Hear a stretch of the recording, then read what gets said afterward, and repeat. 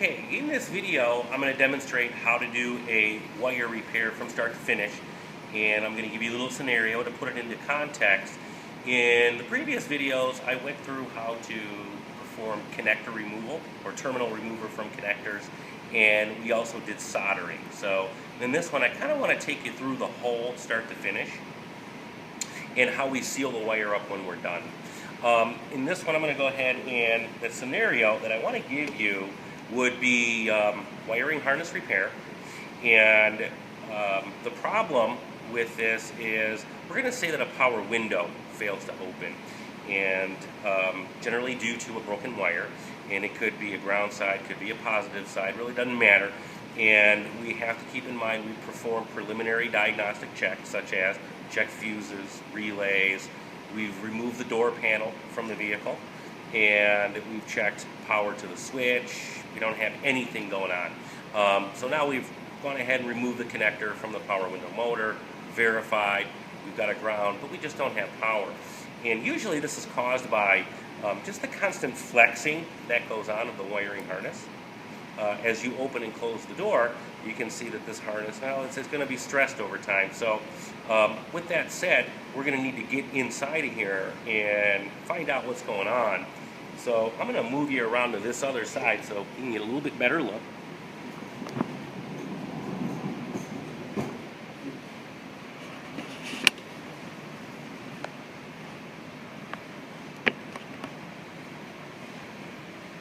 Okay. And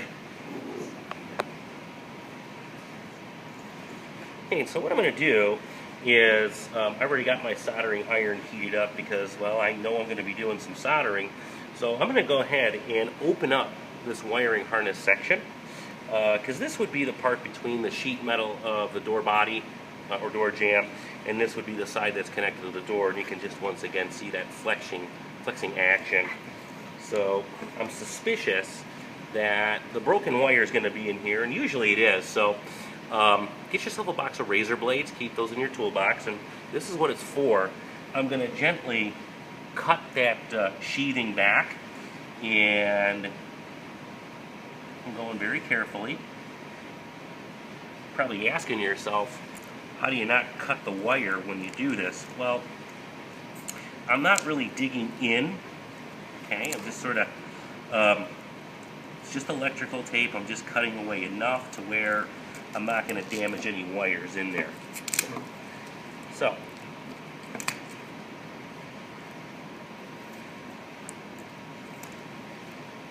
now that I'm in here, I'm going to cut a little bit more away, I'm thinking, to make sure that I have good access to it. And after I've investigated, I found, yep, here's my broken wire. Here's going to be the culprit.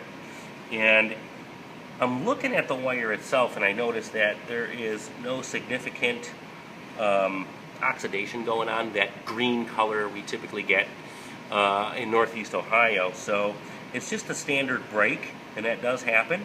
Again, doors open and close how many times. So what I'm going to do is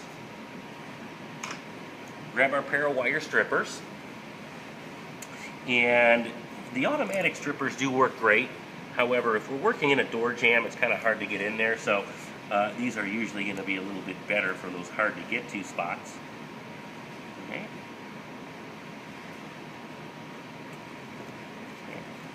There's that side.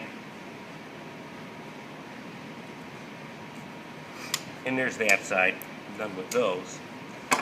What's going to be a little bit different here, though, is I'm going to add what's called shrink tube, because remember, I want to seal that connection up, and I'm probably going to go through a few different repairs here. And here I have just a pack of 1/4-inch shrink tube, and I'm going to take a piece out, and I'm going to cut just enough to where it's going to seal up my solder repair when I'm finished. And what you don't want to forget, a lot of technicians do, is put the shrink tube down on the wire first. Because once it's soldered up, kind of hard to get that in there. Okay, now our next step is going to be what you've already done. Let's just go ahead and make your solder repair.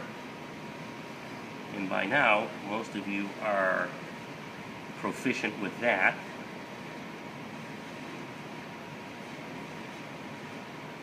And I'm just going to twist those wires together.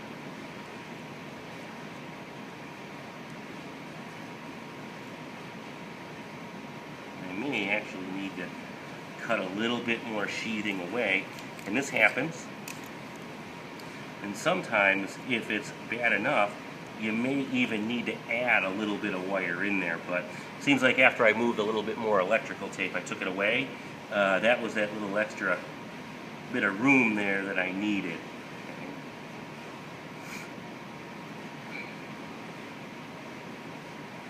And same as before, I try to braid them together before I do my soldering. And I notice some of you guys, what you're doing is you're removing a little bit too much sheathing. Okay? Try and stick with that thumbnail, rule of thumb.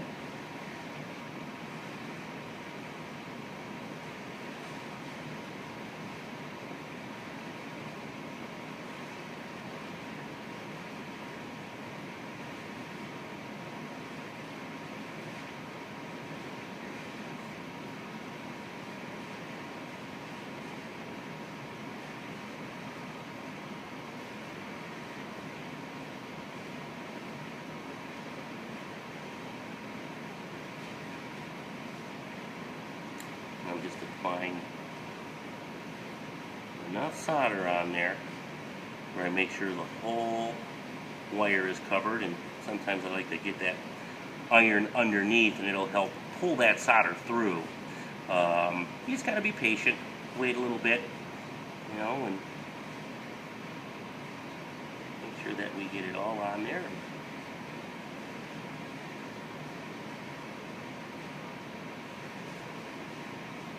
Of course, all of our strands are covered. Okay. And it looks like it went all the way through. Okay, so that's going to be our first step, is we've repaired the wire. Okay. Now what we're going to want to do is we're going to want to grab another tool, and this is our heat gun. Okay, this is in the tool room, and it's basically a turbocharged hair dryer. Don't put it up against your skin. It gets extremely hot. So I'm going to demonstrate how to use that. I do see some technicians out in the field. What they'll do is they'll use a cigarette lighter. And I'm not a real big fan of that because, as you can imagine, if you've got a lighter in here and you're trying to heat this tube up, and I'm going to take that shrink tube and just conceal the solder joint that I just made by pulling it totally over. It looks like my solder ran on me a little bit, so trim that nub off. And I put the shrink tube directly over the center of my solder repair, and I'm just going to turn it on. There's two speeds, low and high. And if you watch the shrink tube, what it's going to do, it's going to shrink.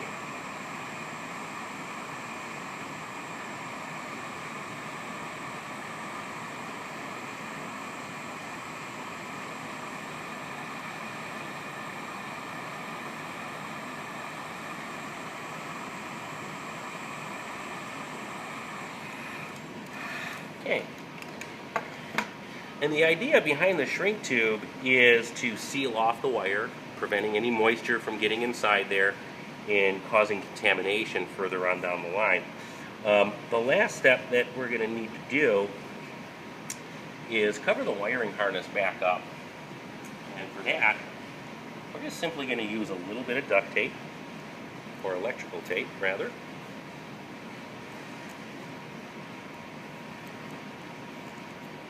And I want to keep that nice tight wrap. Makes it look factory.